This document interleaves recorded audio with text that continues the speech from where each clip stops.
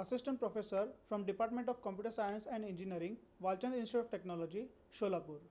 Today, we are going to see about animations and transitions in CSS, that is, cascading style sheets. At the end of this video, the students will be able to understand the animations and transitions with their properties in CSS. Students will also be able to apply these animations and transitions to an HTML page. The content that we are going to cover in this video is animations and transitions. Today, with the development in web technologies and using the website as a marketing tool, it is very essential that the website should be as attractive as it can be. So, to make this website attractive and catchy, we use animations and transitions in it. An animation lets an element gradually change from one style to another. This process of making shape changing and create motion with elements. You can change as many CSS properties you want, as many times you want.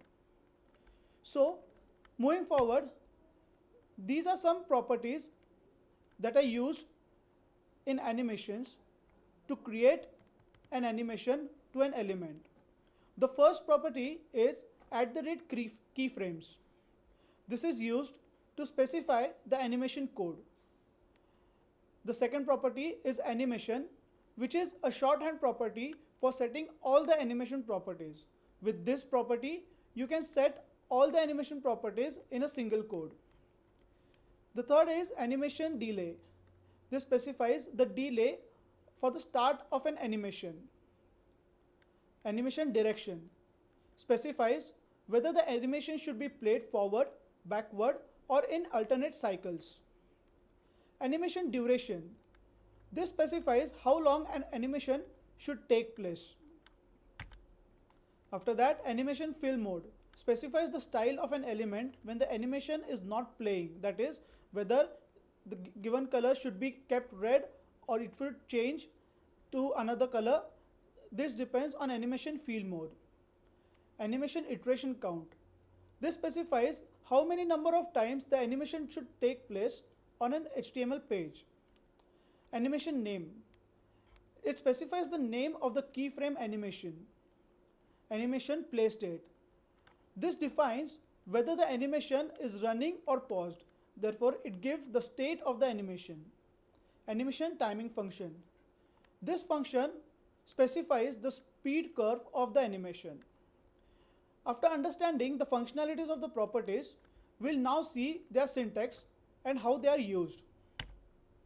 So the syntax for keyframe is @keyframe followed by the animation name, that can be anything by the user's choice. In the bracket, you have to specify the CSS style sheet of that animation. The second property was animation. The syntax is animation : name, that is the name of the keyframe. Then you can give a duration, that is the second property. After that, you can give the timing function, the delay, the iteration count, the direction, the fill mode, and the play state. It is not mandatory that all the properties should be defined in the animation. If you only want to define the duration and delay, you can only define duration and delay, and others can be left blank, ending with a semicolon. The third property is animation delay. The syntax is animation -delay : now you can give three types of inputs to this delay. You can give either the time, which is in seconds, or you can also use the keywords initial or inherit.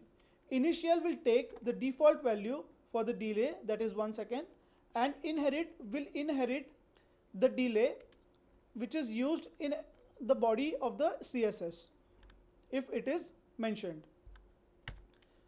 Another property was animation direction. So it defines in which direction the animation should take place. The syntax is animation :direction : now these are the values that can be used for the property normal, reverse, alternate, alternate reverse, initial and inherit.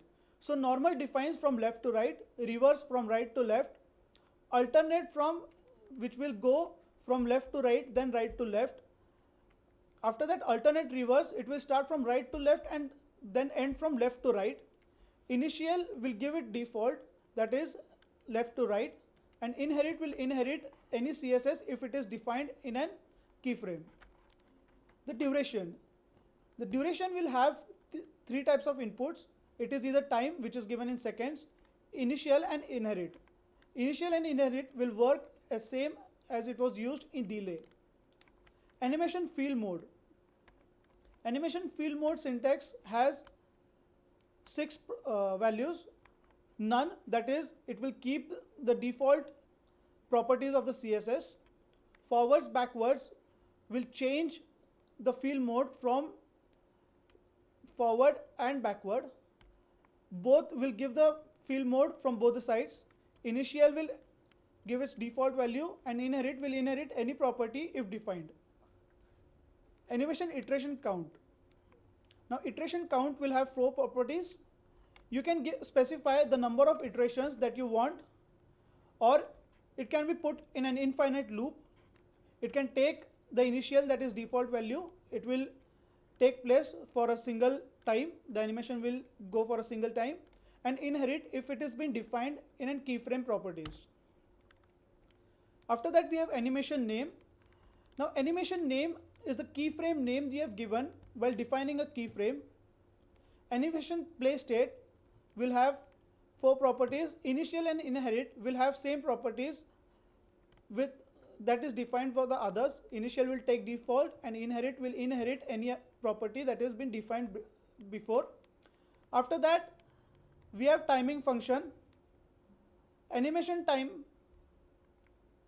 gives the timing function as linear ease in, ease out. Ease in is it will come from the screen to the screen. Ease out will go from the screen towards the screen. Ease in, ease out will get an alternate. Step start, step end, step in, start, end. Cubic brazier, which will take 4 parameters, initial and inherit. We'll see in a while how to use these properties with an example. Moving forward, we have transitions. The CSS transitions allows you to change the property of a value smoothly from one value to another over a given period of time. To create a transition effect, you must specify 2 things. One is the CSS property you want to add an effect to and the duration of that effect. We'll see some properties.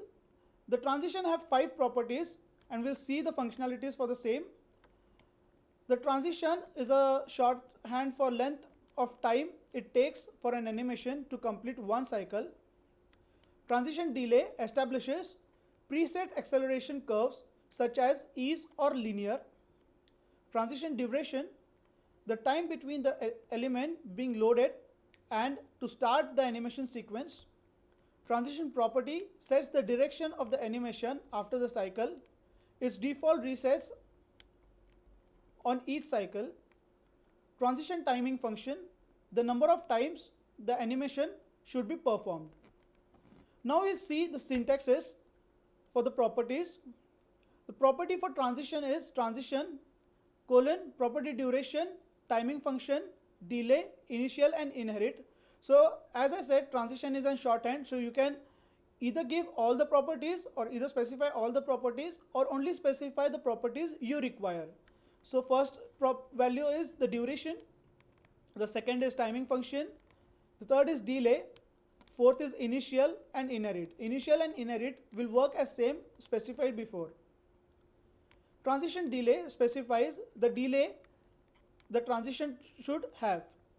It has 3 values, time which is specified in seconds, initial and inherit. Same as duration, it will take 3 values. First one will be taken in seconds and the other 2 will work as same as before. Transition property specifies none all property initial and inherit, and the timing function will specify how the transition will work, whether it will be linear or it will be ease or ease in, ease out, and so on.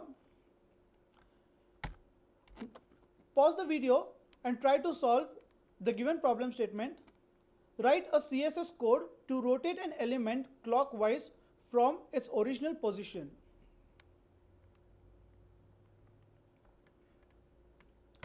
Now we'll see the answer, and with this answer I'll also try to explain how to use transition and animation. Now this is the style sheet where we have defined the element, how it should look.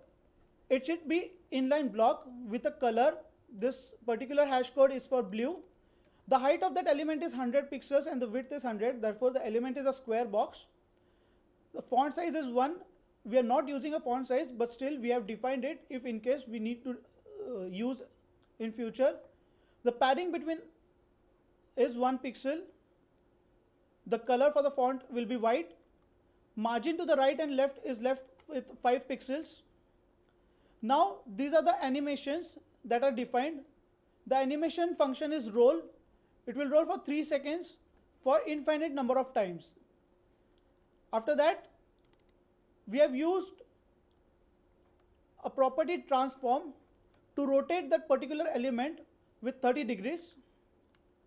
Now we have defined a keyframe with a name, animation name roll, which will rotate the particular element. If it is at 0%, it will rotate with 0 degrees, and if it is at 100%, it will rotate the element at 360 degrees. Now, after defining the style sheet, we have created an HTML page which calls this element, or rather creates this element with the help of this class that we have defined in CSS. Now I'll run this particular HTML page. So see, the element is 100 by 100 pixels of blue color, and it rotates according to the 0% and 100%. Now, if we need to change the look of this particular thing, at 0%, we will give background color as red, and similarly at the end of the 100%, we will give the background color as yellow. We'll save the style sheet and we will refresh. So see, it starts with red, ends with 0, then it applies the default and again starts the animation. I hope you have understood this example and how to use this. The important thing is you have to define all the transitions in a keyframe, and you have to use that keyframe. So moving forward, we'll see the difference between a transition and animation. Transition occurs when an element changes from one state to another. That is, the transition have only 2 states. It is the start state and the end state. Whereas the animation can have as many as states you want. You can define these states with the percentage like 0, 25, 50, 75 or 100, or any other percentage you want. The transitions are limited to these 2 stages. That is, it will go from one state to another, that is A to B. Whereas animations can go from A to B to C to D, or any number of stages you have specified. If you want to change an element from one stage to another smoothly, a transition is a good choice. If an animation needs to run when the page loads or is more complex than a simple A to B state, then the CSS animation might be more appropriate. I hope you have understood how to use transitions and animations. These are some references that can be referred if you want to know more about this and you want to see more examples about animation and transitions. Thank you.